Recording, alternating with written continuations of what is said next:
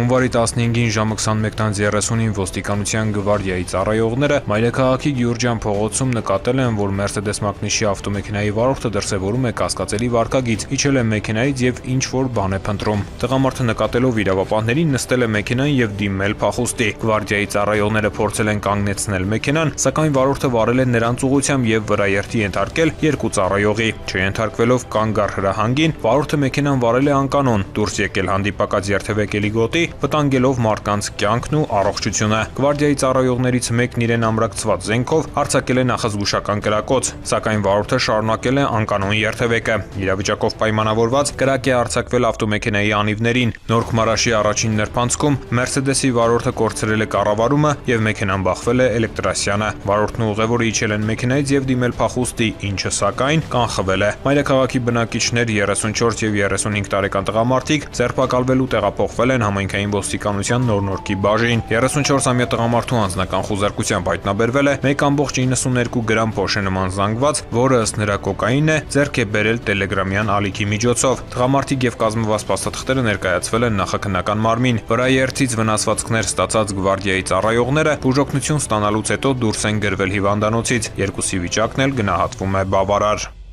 Ծանուցում հանցագործության համար մեղադրվողը համարվում է անմեղ, քանի դեռ նրա մեղավորությունն ապացուցված չէ քրեական դատավարության օրենսգրքով սահմանված կարգով, դատարանի օրինական ուժի մեջ մտած դատավճռով։